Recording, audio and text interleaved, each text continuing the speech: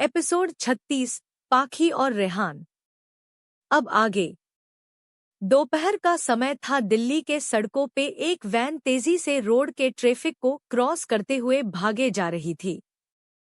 उस वैन में दो लोग बैठे थे जो गुंडे लग रहे थे। उनके पीछे की सीट पे पाखी बेहोश पड़ी थी। तभी ड्राइवर के पास वाले आदमी का फोन बजा। नंबर देख के उन दोनों के चेहरे पे पसीना आने लगा। ड्राइवर बोला, जल्दी उठा के बात कर, नहीं तो वो हम दोनों के दिमाग में छेद कर देगा और हमारे परिवार को भी नहीं छोड़ेगा। एक नंबर का जल्लाद है। ड्राइवर के बोलने पे उस आदमी ने कांपते आवाज में बोला, जी बॉस। उधर एक बहुत खतरनाक आवाज आई, मरना चाहता है क्या? एक बार में फोन क्यों नहीं उठा रहा था? बॉस, वो लड़की को। अभी वो इतना ही बोला कि हिम्मत भी मत करना आगे बोलने की, मैडम बोली, और हाँ, किसी के हाथ उस तक पहुंचने नहीं चाहिए, वरना तुम लोगों से बेहतर कौन ही जनता है मुझे। और जल्दी लेके आओ मेरी जान को। वो रेहान सिंघानिया की अमानत है जिसे एक खरोच भी नहीं आनी चाहिए। इतना बोल के फोन कट गया। दोनों ने अपने पसीने को पोंछा। बाप से क्या खतरनाक आदमी है यार। इसे बस अपने आप से मतलब है। पता नहीं इस बेचारी लड़की का क्या हाल होगा। बेचारी की जिंदगी खराब हो जाएगी राक्षस के चंगुल में। ड्राइवर बोला, सुना है 4 साल पहले इस लड़की को भी बहुत टॉर्चर किया था, जिससे ये कैसे भी करके भाग गई थी। अब एक बार फिर उनके दिमाग में इस लड़की का धुन सवार है। दूसरे ने बोला, अब ये तो होना ही था दिखाने में, ये अप्सरा को भी मात दे दे। इसे देख के तो किसी का भी ईमान डोल जाए। दोनों के ही चेहरे पे गंदी सी स्माइल आ गई। और तो क्या हुआ, छू नहीं सकते लेकिन जी भर के देख तो सकते हैं ना। आखिर थे तो दोनों गुंडे ही, जिनका न कोई ईमान होता है ना कोई धर्म। पीयूष के फोन पे जैसे ही बीप की आवाज आई, उसने तुरंत सभी को फोन किया, क्योंकि वो इस समय सभी से दूर था। उन सभी ने एक जैसे वॉच पहन रखा था जो हमेशा उनके पास रहता था। दोनों घर के हर सदस्य के पास कोई न कोई चीज ऐसी होती है जिनमें ट्रैकर लगा होता है। लेडीज के मंगलसूत्र में तो जेंट्स के शादी के अंगूठी में, कि जब भी कोई मुसीबत में पड़े उन पांचों को पता चल जाए। लेकिन पाखी के घड़ी में तो था ही, साथ ही उसकी सगाई के अंगूठी में भी वीर ने फिट करवा रखा था। पीयूष ने विवेक को बोला, तुम यहाँ ध्यान रखना, मैं घर से किसी को बोल देता हूँ यहाँ आने को, मुझे बहुत जरूरी काम है, मेरा जाना बहुत जरूरी है। और हाँ, ये मेरा मेंबर है, कोई परेशानी हो तो कॉल करना। इतना बोल के वो तेजी से बाहर चला गया। थोड़ी देर में पीयूष ठाकुर इंडस्ट्री में तेजी से बहते हुए अंदर पहुंचा। सभी एम्प्लॉय पीयूष को इतना जल्दी में और इतना बेचैन पहली बार देखा था। पीयूष ने तुरंत प्राइवेट लिफ्ट का बटन प्रेस किया और ऊपर वीर केबिन में धड़ाधड़ घुस गया, जहां मयंक तेजी से पाने लैपटॉप में अपनी उंगलियां चला रहा था। अयंक ने बोला, हो गया, ये रही पार्किंग की फुटेज। सभी ने देखा कि कैसे पाखी के ऊपर स्प्रे किया गया जिससे वो बेहोश होने लगी, लेकिन बहुत मुश्किल से उसने वो घड़ी का बटन प्रेस किया और धड़ाम से नीचे गिर गई। 2 लोग उसे उठा के ले गए। हॉस्पिटल के बाहर निकलती हुई वैन का नंबर देख के पता चला उस पे कोई उल जुलूल नंबर लिखा था, जिसके नंबर भी ठीक से दिख नहीं रहे थे। मयंक ने बोला, उसकी घड़ी का लोकेशन ट्रैक होना बंद हो गया है। वीर ने बोला, एक काम करो, उसकी अंगूठी को ट्रेस करो। सभी वीर को देखने लगे लेकिन किसी ने कुछ पूछा नहीं। मयंक उसकी अंगूठी का लोकेशन निकलने लगा। थोड़ी देर में उसे लोकेशन दिखा गया। भाई, ये तो दिल्ली के बाहर निकल रही है। वीर ने अपने आदमियों को अलर्ट किया और सभी वहां से तेजी से निकल गए। मयंक अपना लैपटॉप लिए लगातार उसकी लोकेशन ट्रैक कर रहा था। अभी तक पाखी की बेहोशी कभी हद तक कम हो रही थी, लेकिन अब भी वो आधी बेहोशी में ही थी। वैन एक जगह जाके रुक गई। वैन के ठीक सामने एक चॉपर था, जिसके बाहर रेहान बैठा सिगरेट पी रहा था। वो दोनों आदमी वैन के बाहर निकल के अपना सर झुक के खड़े हो गए। रेहान ने अपने पीछे से गन निकली और बिना देखे उन दोनों को शूट कर दिया।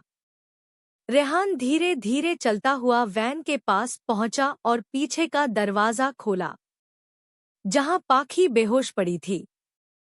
रेहान खड़ा होके पाखी के चेहरे को देखे जा रहा था। फाइनली अब ये चिड़िया मेरे कैद में होगी, जिसकी फड़फड़ाहट मुझे बेहद सुकून देने वाली है। उसने पाखी को उठने के लिए जैसे ही पाखी को अपने गोद में उठाया और चॉपर की ओर चलने लगा। लेकिन तभी एक के बाद गोलियां इस चॉपर को छेदने लगी। आखिरकार उसके फ्यूल टैंक में छेद हो गया। अब तो किसी भी समय वो चॉपर ब्लास्ट हो सकता था। रेहान पाखी को लेके दूर भागने लगा, लेकिन एक कार आके रेहान के सामने आके रुकी, जिसमें से वीर बाहर आया। रेहान कुछ समझ पाता कि तभी एक घुसा सीधा उसके मुंह पे लगा, जिससे वो पाखी को लेके गिरने लगा। लेकिन वीर ने फुर्ती से पाखी को रेहान के गोद से अपने गोद में ले लिया। वीर ने चिल्ला के बोल, रेहान सिंघानिया, तेरी हिम्मत कैसे हुई मेरे जाना को हाथ लगाने की? तेरे ये गंदे हाथ मैले कर देंगे मेरे जाना को। अभी तो मैंने ये सोच के छोड़ दिया था कि ये पाखी का मामला है, मुझे नहीं बोलना चाहिए। लेकिन आज ये जो हरकत तूने की है ना कायरो वाली हरकत की है ना, इससे मैं बेहद नाराज हूँ। और अब पाखी के लिए जंग होगी, वो भी मेरी तेरी। जो जीता पाखी चांस देगी। एपिसोड 37, वो सिर्फ मेरी है सोनाली की एंट्री। अब आगे। वीर ने झट से पाखी को रेहान के हाथ से छीन लिया और बोला, अब से तेरे और जाना के बीच ये वीरांशु ठाकुर खड़ा है। अगर अगली बार तूने मेरी जाना को छूने की तो छोड़, देखने की भी जुर्रत की तो जान से मार दूंगा। और ऐसे कैसे जान से मार देगा तू, भूल मत, मैं भी कोई कम नहीं हूँ। और ये मेरी जाना क्या लगा रखा है? हा, वो सिर्फ मेरी थी, मेरी है और सिर्फ मेरी ही रहेगी। आज नहीं तो कल वो मेरे पास होगी, देखना तू। वो अभी बोल ही रहा था कि एक और मुक्का उसके मुंह पे पड़ा। रेहान ने देखा तो ये रोहन था। रोहन, तू मेरी बहन तक पहुंचने की सोच तो सही, दोबारा तेरे दिमाग में ट्यूमर न बना दिया तो कहना। इसके ये कहने पे सभी उसे घूर के देखने लगे। भाई ये कैसा डायलॉग था? वो तीनों अभी कुछ करते, तीन कारें एक साथ आके रेहान के पीछे खड़ी हो गई। उसमें से रेहान के तीनों दोस्त निकले और आके रेहान के बगल में खड़े हो गए, जिससे रेहान के चेहरे पे एक तीखी मुस्कान आ गई।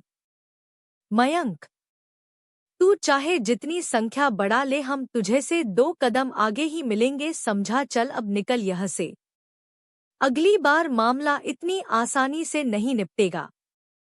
रेहान ने उन चारों को घूर के देखा और उसकी नजर पाखी पे टिक गई।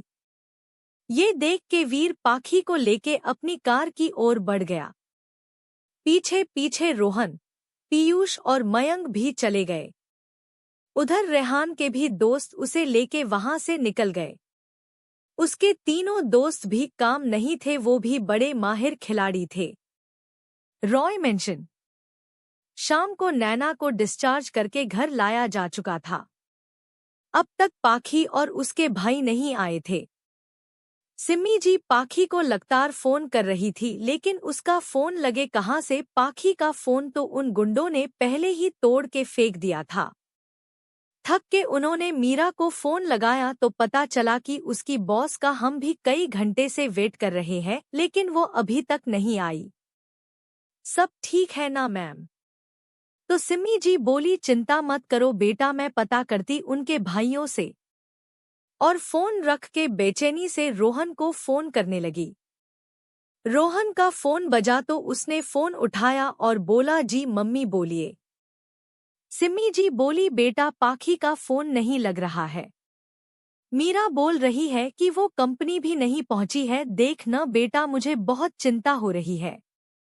रोहन बोला, रिलैक्स मम्मी, पाखी हमारे साथ है और हाँ उसका फोन टूट गया है, मैंने ऑर्डर दे दिया है नए फोन के लिए। और हाँ पाखी अभी सो रही है, घर आके बात कर लीजिएगा। ठीक है बेटा। अब जाके सिम्मी जी के सांस में सांस आई। मयंक ने बोला, भाई मैंने फोन घर भिजवा दिया है, बच्चा को कल मॉर्निंग में मिल जाएगा। उसका पुराना सिम भी बंद करवा दिया है। रोहन ने बोला, ठीक किया। तभी पीयूष का फोन बजा। स्क्रीन पे नाम देख के पीयूष अपने डेंजर अवतार में आके बिना किसी इमोशन के बोला, हाँ बोलो क्या खबर है। ओके, अपनी नजर हर समय बनाए रखो उस पे। अगर कोई चूक हुई तो भूल जाना, धरती के किसी भी कोने में रहो, ये पीयूष रॉय तुझे ढूंढ निकलेगा और उसके बाद का नतीजा तो तू जानता ही होगा। ये बोल के उसने फोन रख दिया। रोहन ने पूछ, किसका फोन था छोटे भाई? वो इंडिया आ रही है। और ये कहते हुए उसने वीर की ओर देखा, जिसके चेहरे पे कोई भाव नहीं था। मयंक ने बोला, देख भाई वो आ रही या जा रही है उससे हमें कोई मतलब नहीं है, बस इतना याद रखना यदि मेरी बहन को उसकी वजह से कुछ हुआ तो मैं नहीं जानता कि उसके साथ क्या करूंगा। पीयूष बोला, चिंता मत कर, तू भूल रहा है कि हमारी बहन एक शेरनी है। वो तो अगर इन सब ने धोखे से बच्चा को बेहोश न किया होता तो उनकी औकात नहीं थी कि बच्चा को छू भी सके। She is A fighter. तभी रोहन के वीर के सीने में जोर का दर्द हुआ। जब उसने देखा तो पाखी अधखुली आंखों से वीर से छूटने की कोशिश कर रही थी और लगातार घुसे मारे जा रही थी। वीर ने उसके दोनों हाथ पकड़ लिया तो पाखी ने अपने पैरों से वीर को हिट करना शुरू कर दिया। अब वीर ने उसके दोनों पैरों को अपने पैरों से ब्लॉक कर दिया, जिससे पाखी छटपटाने लगी। पाखी ने जोर से चिल्ला के बोला, तुम्हारी हिम्मत कैसे हुई मुझे किडनैप करने की? खोलो मुझे, खोलो ये रस्सी, फिर देखना कोई जिंदा नहीं बचेगा। वो हल्के बेहोशी में अब भी थी, लेकिन उसका सबकॉन्शियस माइंड उसे याद दिला रहा था कि किसी ने उसका किडनैप किया है। रोहन ने पानी का छोटा उसके मुंह पे मार, जिससे पाखी की आंखें धीरे धीरे खुलने लगी। अब फाइनली उसको होश आ गया। पाखी ने देख वीर ने उसे पूरा जकड़ के रख है तो गुस्से में बोली, मिस्टर वीर ठाकुर, मैं कोई कैदी नहीं हूं जिसे आपने क्रिमिनल समझ के इसे पकड़ रखे है। सीरियसली? वीर ने उसे छोड़ा और उठा के ठीक से सीट पे बिठाया और उसके आंखों में घूर के देखा और बोला, वाह क्या बात, देखो जरा इन्हें कहाँ थैंक यू बोलना चाहिए, वहाँ ये मुझ पे लात घुसों की बारिश करने में बिजी थी और हमने बचाया आपको, जाना नहीं तो ले जाता वो रेहान। आपको पता है चॉपर से बस कुछ कदम की दूरी पे था वो, कुछ सेकंड की देरी और वो आपको लेके सामन में उड़ जाता। पाखी का दिमाग ही घूम गया। ये चिलगोजा कहीं का, उसकी हिम्मत यहाँ तक बढ़ गई। उसने बगल में पड़ा लैपटॉप उठाया और तेजी से अपने हाथ चलाने लगा। उसके उंगलियों का इतना तेज मूवमेंट देख के सभी हैरान थे। मयंक कार चला रहा था, लेकिन उसने भी रियर व्यू मिरर में देखा तो पाखी बड़े ध्यान और गुस्से से होठों पे तीखी मुस्कान लिए कुछ कर रही थी। पीयूष, रोहन और वीर की नजरें लैपटॉप स्क्रीन पे तेजी से बदलते कोड्स पे थी। मयंक तो आंखें फाड़े ये सब देख रहा, जाहिर सी बात है वो ये कोड्स जानता था। तभी पाखी ने जोर से ताली बजाई और बोली, अब मजा आएगा। रेहान ठाकुर पहुंची तुम अपने ऑफिस? तुम्हें दिन में चांद तारे न दिखा दिया तो मेरा नाम भी पाखी नहीं। आए बड़े। रोहन ने बोला, क्या हुआ बच्चा, तू इतनी खुश क्यों है? पाखी ने बोला, कुछ नहीं भाई। इस नमाकूल को उसके ही भाषा में जवाब दे रही थी। उसका ये घमंड सिर्फ और सिर्फ पैसे से ही है, तो अगर वो ही न रहे तो। ये बोल के उसने तीनों को तरफ देखा तो उनके चेहरे पे भी मुस्कान आ गई। रोहन ने उसका सर सहलाया और बोला, बहुत शैतान हो तुम, लेकिन अच्छा किया, बहुत अच्छा किया उस चिलगोजी के साथ। और सभी हंसने लगे। पाखी ने अपने पेट पे हाथ रखा और बोली, भाई मुझे बहुत जोरों की भूख लगी है। मम्मा ने खाना बनाया होगा।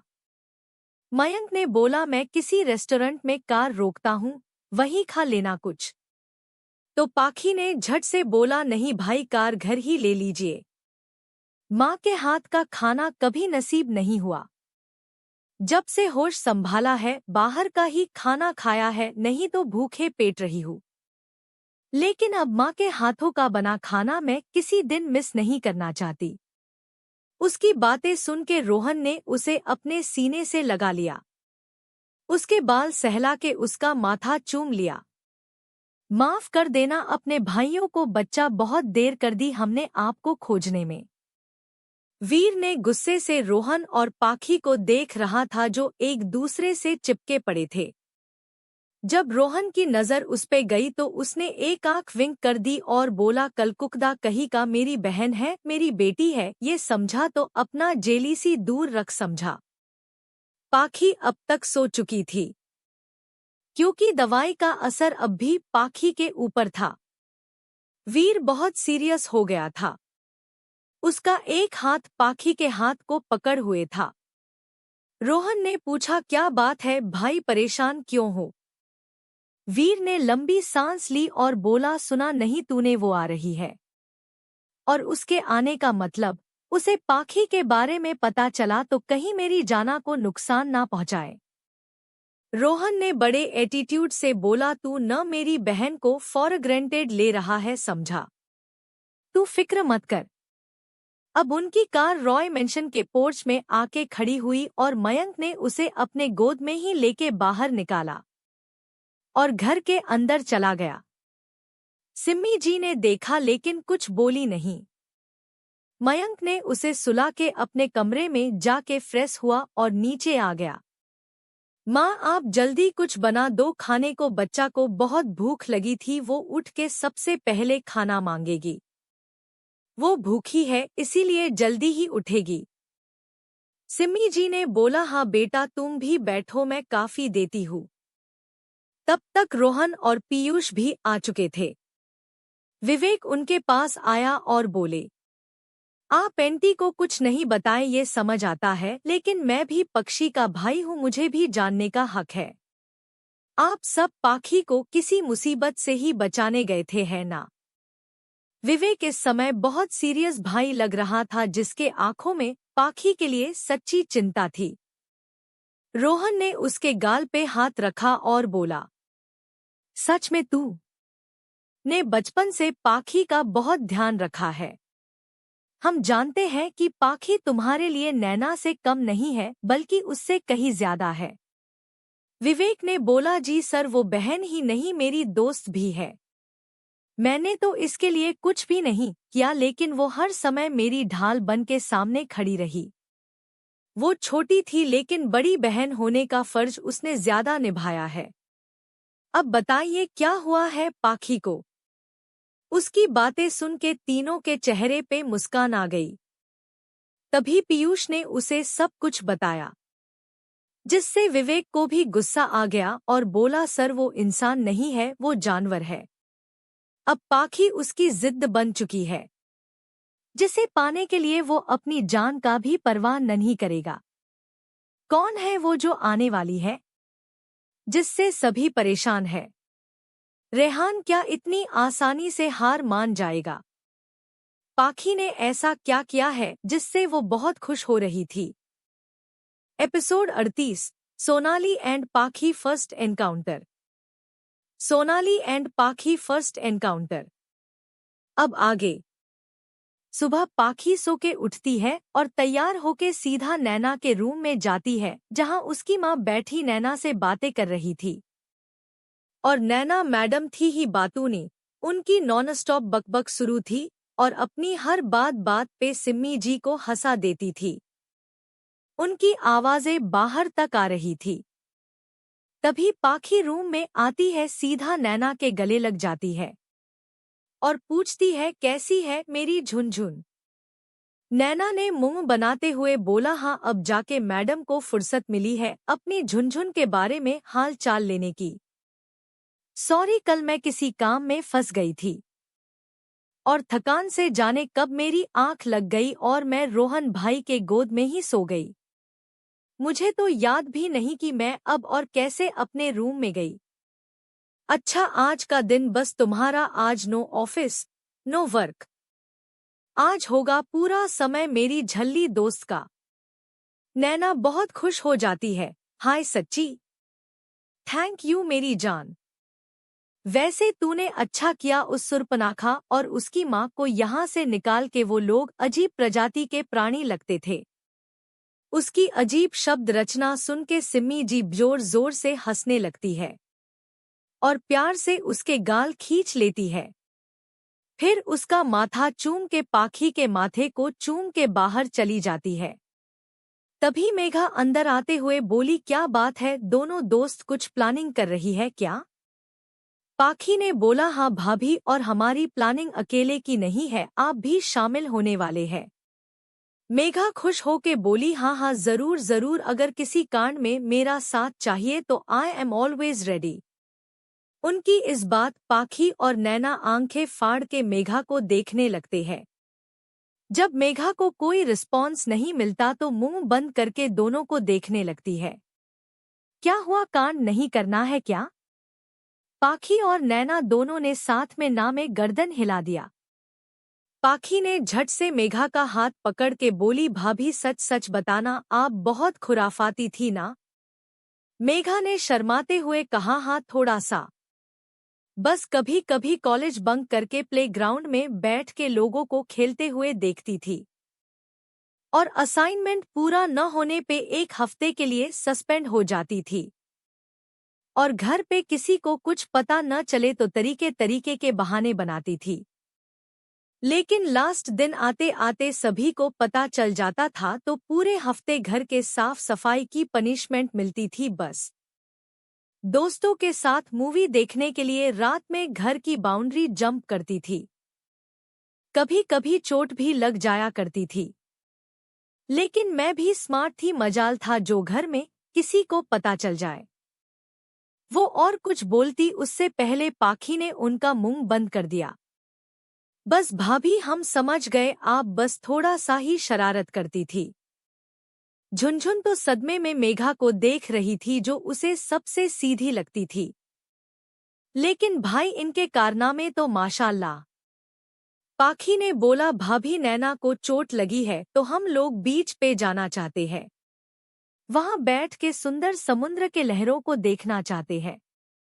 हम दोनों को वहां बहुत सुकून मिलता है, लेकिन यह दिल्ली में कोई समुंदर तो है नहीं, इसीलिए हम लोग वोटरलैंड जा रहे हैं। मेघा ने बोला, हाँ, लेकिन वहां समुद्र का इफेक्ट कहाँ से आएगा?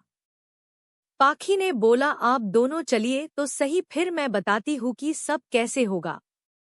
मेघा ने हाँ बोला और नैना को तैयार होने में हेल्प करने लगी। पाखी वहां से चली गई। 1 घंटे बाद तीनों कार में बैठ के निकल गए एंजॉय करने।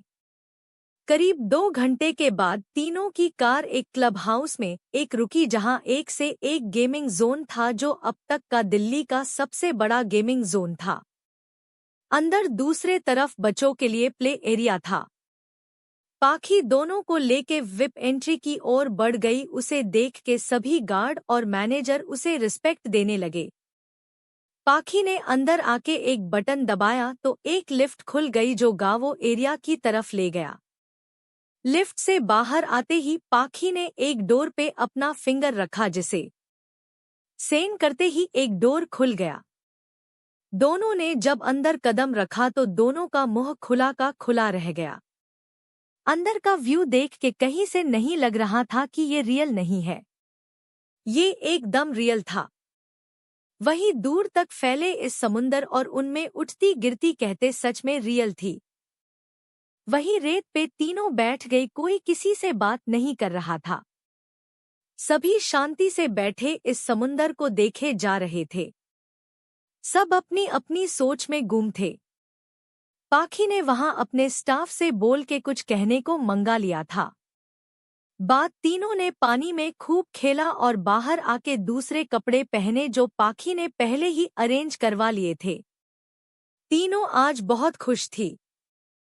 वो अभी बाहर निकल रही थी कि किसी के जोर जोर से लड़ने की आवाजें आने लगी।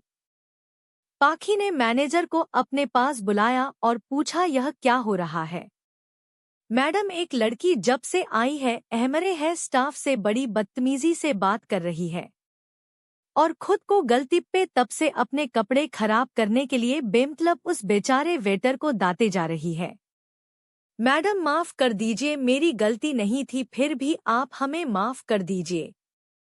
मैं गरीब हूँ, अपनी मेहनत से अपने परिवार का पेट पालता हूँ। वो लड़की घमंड से बोली, तुम जैसे कीड़ों मकोड़ों की असल जगह यही होती है। ठीक, मैं तुम्हें माफ कर दूंगी, लेकिन तुम्हें मेरे पैरों में गिर के माफी मांगनी होगी। ये सब देख के पाखी का दिमाग खराब हो रहा था। उसका गुस्सा पल पल बढ़ता हो जा रहा था। लेकिन जैसे ही उसने देखा कि ये लड़की अब उस पे हाथ उठा रही है तो बस अब पाखी के बर्दाश्त के बाहर हो गया। उसने झट से उस लड़की हाथ पकड़ा और जोर से मरोड़ दिया। अगले ही पल कट की आवाज के साथ उसका हाथ टूट चुका था, जिससे वो लड़की जोर जोर से चिल्लाने लगी, तुमने मेरा यानी सोनाली वशिष्ठ का हाथ तोड़ा है, ये तुम्हारे लिए ठीक नहीं है। You will pay for it. पाखी ने बोला, सुन बे, पहली बात मैं क्या करूँ, तेरा नाम सोनाली है या मोनाली है? देख, ये मेरा एरिया है और कोई मेरी प्रॉपर्टी में घुस के मेरे ही स्टाफ के साथ बदतमीजी करेगा, मार पीट करेगा, ये मैं भूल बर्दाश्त नहीं करूंगी। अब अपना ये 5 किलो मेकअप का थोबड़ा उठाओ और चलती बनो। सोनाली गुस्से से पाखी को बेहद नफरत से घूर रही थी। पाखी ने उसे फुल इग्नोर करके पीने स्टाफ को उठाया और कुर्सी पे बिठा के पानी पिलाने लगी। सोनाली को आज के बाद यहाँ का एक्सेस नहीं मिलना चाहिए और कुछ गार्ड्स आके सोनाली को ले जाते हैं। उधर मेघा ने जब से सोनाली को देखा था उसको बहुत गुस्सा आ रहा था, लेकिन उसने कुछ बोला नहीं। सोनाली दर्द और गुस्से में थी। उसके गार्ड ने जड़ी से उसे कार में बिठाया और कार को हॉस्पिटल की ओर मोड़ दिया। एपिसोड 39, साइलेंट भूचाल इन ठाकुर कंपनी। भूचाल इन ठाकुर कंपनी। अब आगे। नैना अब पूरा ठीक हो चुकी थी। उसने गैलेक्सी ज्वाइन कर लिया था, लेकिन किसी को पाखी की रिलीज नहीं बताई। उसके आस-पास के लोग बहुत अच्छे थे। उसे पाखी के एम्प्लॉय सिलेक्शन पे बहुत खुशी हो रही थी। नैना और पीयूष की नोक-झोंक हमेशा चलती रहती थी। इस बीच मीरा के भाई भाभी मीरा के साथ एक बार लॉन्च पे आए थे। सभी को मीरा बहुत पसंद थी मयंक के लिए, और सिम्मी जी ने बात भी कर ली। मिस्टर पाल बोले, ये बिजनेस की पढ़ाई कर रही है, हमें कोई ऐतराज नहीं है। मीरा और मयंक को तो कोई दिक्कत थी ही नहीं, तो दोनों फैमिली ने मिलके रिश्ता तय कर लिया। लेकिन सभी ने सोचा पहले पाखी और वीर की शादी हो जाए, फिर ही कुछ सोचा जाएगा। लेकिन उन लोगों ने घर में मीरा और मयंक का रोका कर दिया था, जिससे दोनों ही एक दूसरे के लिए कमिटेड हो चुके थे। उन दोनों में अब फोन पे अक्सर बातें होती रहती थी, जिससे उनका रिश्ता और स्ट्रॉन्ग होता जा रहा था। पाखी और वीर की कंपनी जिस प्रोजेक्ट पे साथ में काम कर रही थी, उसके डिस्कस के लिए उसे ठाकुर कंपनी जाना था। रोहन ने पूछा, बच्चा ऑफिस जा रही हो?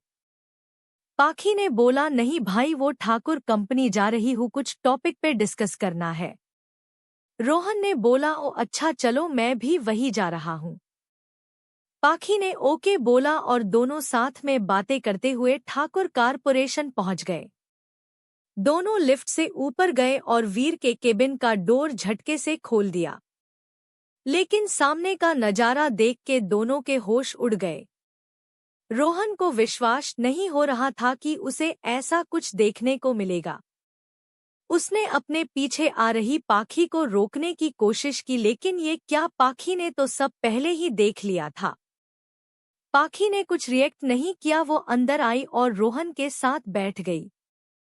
रोहन की नजरें अभी भी बॉस के चेयर पे बैठे वीर पे जमी हुई थी, लेकिन बात ये नहीं थी। बात ये थी इस समय एक खूबसूरत लड़की वीर की गोद में आराम से बैठी थी और इतने देर में ना ही वीर ने उस लड़की को उठाने की कोशिश की और ही वो लड़की वहां से उठी। तभी उस सिचुएशन में एक मीठी सी आवाज सबको सुनाई दी, मिस्टर ठाकुर, क्या आप अपना ये रोमांस बाद में कर सकते हैं? वो क्या है ना, हमें अपने ऑफिस लौट के वहां का काम भी देखना है, इसीलिए कुछ देर के लिए इसे रोकिए और प्लीज जरा यह आइए। तभी वो लड़की वीर की गोद से तमतमाते हुए आगे आई और पाखी के सामने खड़ी हो गई और चिल्ला के बोली, यू बीच, तू फिर से मेरे सामने आ गई। वीर बेबी, ये वही लड़की है जिसने मेरा हाथ तोड़ा था। तुम इस पूरे इंडस्ट्री से बैन करवा दो। ये लड़की बिल्कुल अच्छी नहीं है। इन जैसी दो कौड़ी की लड़कियों की यही नियत होती है कि जहां मोटे माल वाला लड़का दिखा वहीं ये अपनी अदाएं बिखेरने लगती है। तुम अभी के अभी यह से निकलो। जैसे ही उसने पाखी के हाथ को पकड़ना चाहा, पाखी की घूरती नजरों से उसका सामना हुआ। एक पल को वो डर गई, लेकिन अगले ही पल उसने लंबे नाखूनों को पाखी की कलाई में चुभते हुए उसे जोर से सोफे से उठा दिया।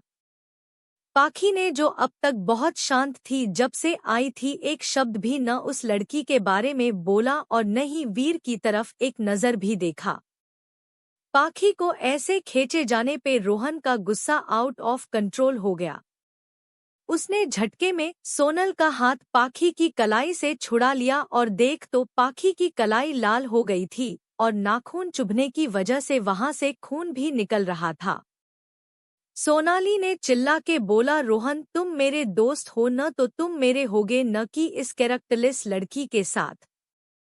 देखो, तुम शादीशुदा हो तो इन जैसी लड़कियों से दूर रहो, समझे। अब इसे मेरे वीर के ऑफिस से बाहर निकलो। इसका बदसूरत चेहरा देख के मेरा सर दुख रहा है। रोहन ने सोनाली का गला पकड़ लिया। क्या बोली, कैरेक्टरलेस? तू मेरी गुड़िया को कैरेक्टर का सर्टिफिकेट देगी जो नजने कितनों के साथ अपना मुंह काला करती है? पाखी ने रोहन का हाथ उसकी गर्दन से हटा लिया और बिना कुछ बोले रोहन का हाथ पकड़ के केबिन के बाहर चली गई। रोहन ने कई बार करने की कोशिश की, लेकिन पाखी ने बात टाल दिया। थोड़ी देर में कार पाखी के ऑफिस के आगे रुकी। उसने सीट बेल्ट खोल दिया और उतारा गई। फिर कुछ सोच के वो वापस अपनी भाई के पास आई और बोली, भाई, आप मुझे लेके अपसेट मत होइएगा। मेरा मानना है जो होता है अच्छा होता है। क्या पता इसमें भी मेरे लिए कुछ अच्छा सोच रखा हो ऊपर वाले ने। और हाँ, उसके बिहेवियर से और धोखे से झटका मुझे भी लगा। मैं ये नहीं कहूंगी कि बुरा नहीं लगा, लेकिन मैं उससे प्यार नहीं करती भाई जो मेरा दिल दुखे। अब भी अपना काम कीजिए और हाँ, मेरे बारे में कोई टेंशन की जरूरत नहीं है। इतना बोल के पाखी अंदर चली गई। रोहन ने रॉय इंडस्ट्री अपनी कार मोड़ ली। पाखी अपने ऑफिस में आके अपना काम करने लगी।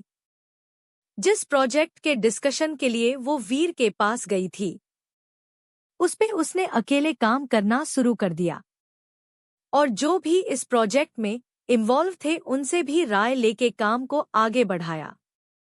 रोहन सारे रास्ते बहुत परेशान था। वो इसी सोच में अपने केबिन में पहुंचा। उसे कोई होश नहीं था। वो जाके सीधा अपने चेयर पे बैठ गया। उसे परेशान देख के उसी के ऑफिस में कब से बैठे मयंक और पीयूष ने आखिर पूछ ही लिया कि क्या बात है। रोहन उन्हें वहां देख के चौंक गया। क्या जवाब देगा रोहन उनके सवालों का? क्या वीर सच में पाखी को धोखा दे रहा है या है कोई बात वीर ने पाखी को रोक के समझने की कोशिश क्यों नहीं की? आखिर हो क्या रहा है, ये जानने के लिए पढ़िए मेरी कहानी। Episode 40, success party Aryan Shekhawat. Success party Aryan Shekhawat. अब आगे। केबिन में जब रोहन ने दो आवाजें सुनी तो देखा वो पीयूष और मयंक थे जो किसी प्रोजेक्ट पे बैठे डिस्कस कर रहे थे, लेकिन जब उन्होंने रोहन को ऐसे बेसुध आते हुए देखा तो उन्हें बड़ा अजीब लगा, इसीलिए उन्होंने पूछा, भाई सब ठीक है ना, क्या हुआ? रोहन ने उन दोनों की तरफ देखा और उन्हें सब कुछ बता दिया। तीनों को वीरांशु के इस हरकत पे बहुत गुस्सा आ रहा था। मयंक ने गुस्से में बोला, इस वीर ने एक बार भी पाखी को क्लियर करने की या उसे रोकने की कोशिश नहीं की, आखिर क्यों? मैं इसे और इस छिपकली को छोड़ूंगा नहीं। वो गुस्से में उठने लगा, लेकिन पीयूष ने उसे बिठा दिया वापस और बोला, तुम्हें क्या लगता है उसे अगर कुछ बताना होता तो वो अब तक हमें फोन कर चुका होता, लेकिन उसने कुछ नहीं बताना है। रोहन ने भी बोला, हाँ मयंक, गुस्सा तो हमें भी आ रहा है, लेकिन पाखी ने जिस तरह रिएक्ट किया, आई थिंक हमें कुछ नहीं कहना चाहिए और ना ही कुछ वीर से पूछना चाहिए। देखना तो बस ये है कि वो चाहता क्या है। पीयूष ने भी बोला, हाँ भाई सही है, और वैसे भी बच्चा के मन में उसे लेके कोई फीलिंग नहीं है, और वीर के इस हरकत के वजह से तो मुझे नहीं लगता वो इस धोखे को भूलेगी। हाँ, अब हम तीनों में से कोई भी ना पाखी से ना ही कुछ कहेगा और न ही वीर का कोई जिक्र करेगा जिससे उसे बुरा लगे। फिर तीनों ने अपने काम पे फोकस किया। इधर पाखी और रोहन के जाने के बाद सोनल अभी भी पाखी के बारे में बुरा भला बोले जा रही थी, लेकिन वीर एकदम एक्सप्रेशनलेस फेस के साथ बैठा अपना काम कर रहा था। सोनाली ने जब देखा कि वीर कोई जवाब नहीं दे रहा है तो वो अपना पैर पटकते हुए मुंह फूला के बाहर चली गई। उसके जाने के बाद वीर ने केबिल के डोर को काफी देर तक देखते रहा, फिर उसे इग्नोर करके वो अपने फाइलों में डूब गया। देखते ही देखते 4 हफ्ते बीत गए। पाखी अपने प्रोजेक्ट को कंप्लीट करने में लगी थी। इस बीच वीर ने एक बार भी फोन करके एक्सप्लेन करने की कोई कोशिश नहीं और ही मिलने या फोन करने की कोशिश की। इस बीच रोहन और दोनों भाई किसी न किसी प्रोजेक्ट के सिलसिले में कई बार वीर से मिले, लेकिन उनमें से किसी ने उस दिन के इंसिडेंट के बारे में कोई बात नहीं की। पाखी अपने केबिन में बैठे काम कर रही थी, तभी उसका फोन बजा। पाखी ने फोन उठाया तो उधर कुछ कहा गया, जिसे पाखी ने बोला, आधे घंटे में पहुंच रही हूँ, और फोन काट के वो केबिन से बाहर निकल गई। उसकी गाड़ी एयरपोर्ट के रास्ते तेजी से चल पड़ी। इसके आगे पीछे बॉडीगार्ड की गाड़ियां चल रही थी। कुछ 30 मिनट के बाद उसकी गाड़ी रुकी तो वो काला चश्मा लगाए बड़े एटीट्यूड में बाहर निकली। सामने आते हुए 26-27 साल के लड़के पे उसकी नजर गई, जो बहुत ही स्मार्ट, हैंडसम और रिच लग रहा था। बहुत गुड लुकिंग था, रफ एंड टफ पर्सनालिटी थी उसकी, मतलब एक नजर में लड़कियां दीवानी हो जाए। बड़ी कातिल थी पर्सनैलिटी उसकी। पाखी भी देखते रह गई। पाखी उसे देख भाग के उसके तरफ गई और कूद के इसके गोद में चढ़ गई और जोर से उसके गाल पे किस कर दिया। वो लड़का भी इसे यूं ही लिए गोल गोल घुमाने लगा। दोनों साथ बहुत खुश थे। ड्राइवर ने उसका सामान कार में रखा और पाखी के साथ कार में बैठ गया। पाखी उसे लेके सीधा रॉय मेंशन आई। उसने फोन करके अपने भाइयों और फैमिली को पहले ही बता दिया था। ये था आर्यन शेखावत। पाखी का इंडिया छोड़ के जाने के बाद लंदन में इनकी मुलाकात हुई थी। तब आर्यन जख्मी झाड़ियों में पड़ा था और आर्यन की कंपनी किसी प्रॉब्लम से गुजर रही थी। जाने क्यों उसके सभी क्लाइंट पीछे हो रहे थे, कोई काम नहीं करना चाहता था। उसके खुद के रिश्तेदार आर्यन के राइवल के साथ मिले हुए थे। पाखी ने आर्यन की कंपनी में शुरू में काम किया और उसकी कंपनी को स्टेबल किया। फिर पाखी के कंपनी को स्टेबल करने में आर्यन ने पाखी की मदद की। दूसरी कंट्री में एक बिजनेस जमाना आसान नहीं था, तब उसकी हेल्प आर्यन ने की थी। तब से आर्यन और पाखी एक दूसरे की हेल्प करते रहते थे। आर्यन एक मिस्टीरियस पर्सनैलिटी का में था। दोनों बेस्ट बडीज थे, लेकिन आर्यन के लिए पाखी उससे कहीं ज्यादा थी। आर्यन की फैमिली पाखी को बहुत प्यार करती थी, जिससे पाखी को कभी बाहर देश में ज्यादा दिक्कत नहीं हुई। अक्सर वो सभी प्रॉब्लम से खुद ही डील कर लिया करती थी। दोनों 1 घंटे में रॉय मेंशन पहुंच गए, जहां पूरी रॉय फैमिली मौजूद थी। शाम हो चुकी थी, इसीलिए सभी जेंट्स भी वहां मौजूद थे। आर्यन का नेचर ऐसा था कि सभी से कुछ ही देर में आसानी से घुल मिल गया। वैसे तो बंदा एक बेदील डेविल से कम नहीं था, लेकिन जब पाखी और फैमिली एक साथ होता था तो उससे ज्यादा बिंदास कोई हो भी नहीं सकता था। आर्यन तो तीनों भाइयों को भी बहुत पसंद आया था। वो देख पा रहे थे कि पाखी कैसे आर्यन से घुल मिल गई है और उसे कितना मस्ती करती रहती थी। इतना तो वो अभी उनसे भी फ्रैंक नहीं हो पाई थी। सभी ने डिनर किया और अपने अपने कमरे में चले गए। अगली सुबह आज गैलेक्सी और ठाकुर कारपोरेशन के ज्वाइंट प्रोजेक्ट की सक्सेस पार्टी थी। पाखी आज ऑफिस नहीं गई थी, वो घर से ही सभी अरेंजमेंट देख रही थी। ऐप पे सभी को इंस्ट्रक्शन दे रही थी। तभी उसके पास आके आर्यन बैठा और उसके मुंह में एक पीस एप्पल का डाल दिया, जिससे उसे बात करने में दिक्कत होने लगी। तो उसने घूर के आर्यन को देखा तो उसने उसके गाल पे किस कर दिया, जिससे पाखी का मुंह बन गया। शाम में सभी तैयार होके पार्टी वेन्यू पे जाने के लिए रेडी हो गए। बस इंतजार था तो पाखी के नीचे आने का। तभी सभी की नजरें गेस्ट रूम से आते आर्यन पे गई, जिसने नेवी ब्लू कलर में कस्टम मेड सूट पहन रखा था, जिसमें उसकी पर्सनैलिटी और उभार के आ रही थी। तभी नैना ने सीटी बजाते हुए बोला, वाह भाई, क्या लग रहे हैं आप, मान गए आप हो तो बड़े कमल के।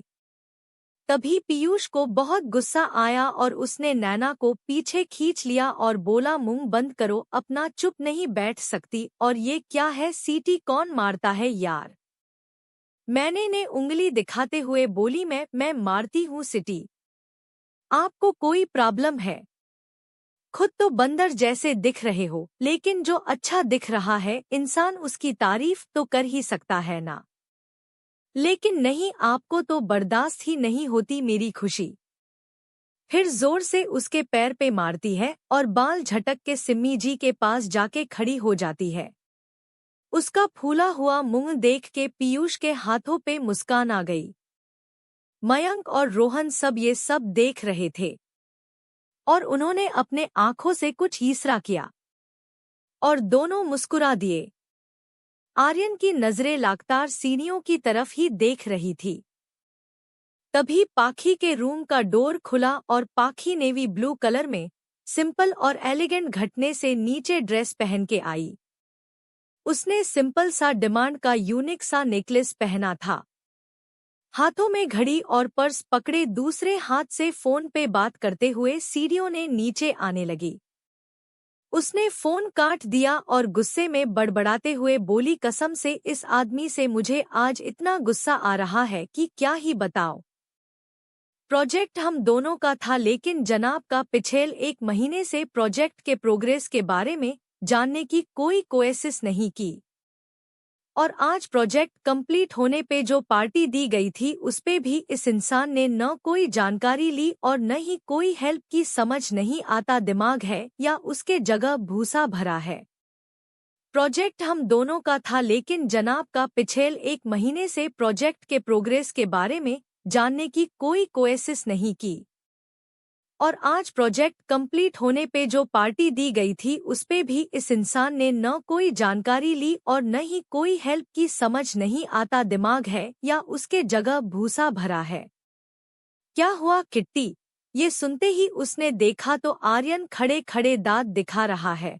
पाखी ने बोला, हाँ तुम सभी जानवरों के हो, नाम रखना। अच्छा चलिए, सभी समय हो गया। पता चला गेस्ट आ चुके हैं, लेकिन होस्ट अभी घर पे ही है। आखिर आर्यन को हुआ क्या है? वो तो पूरा लट्टू था ना। पाखी के पीछे तो अचानक ऐसा क्या हुआ? आर्यन का अचानक यह आने का क्या मतलब है?